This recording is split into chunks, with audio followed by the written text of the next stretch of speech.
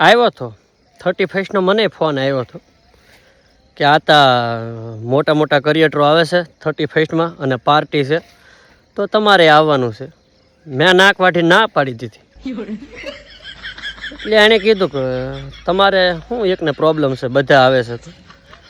એટલે મેં એને કીધું મારે એ સંસ્કૃતિ અરે અપિયા છે. એ કે અપિયા? મેં કીધું હા. એ કે અપિયા છે ને એમાં? આ તો આણંદનો છે. મેં કીધું ભાઈ કાર્તક મહિનામાં અમારે ભગવાન શ્રી રામ ને લક્ષ્મણ ને માતા સીતા ને બધા આવ્યા. એ સંસ્કૃતિની એ લોકોને ખબર નથી. આપણે એ નવું વર્ષ મનાવીએ છીએ અને હવે આપણે એને ઓલા વાત જેવું થાય ને કે માને મૂકીને મીનીને ધાવા જાય.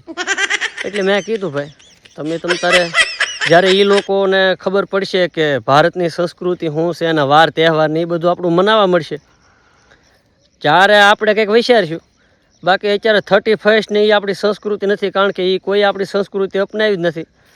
તો આપણે આપણા પહેરવા અને આપણી સંસ્કૃતિમાં એમાંય નથી પોગાતું, ન્યાય એમાં ખોટું મનાવવું કે. પણ બધા ક્રિએટરો મોટા મોટા, મેં કીધું યાને કદાચ વિદેશ જાય અને ત્યાં ઘર વસાવાય છે, મારે ભારતમાં રહેવું અને ભારતની સંસ્કૃતિ મનાવવાની થાય છે.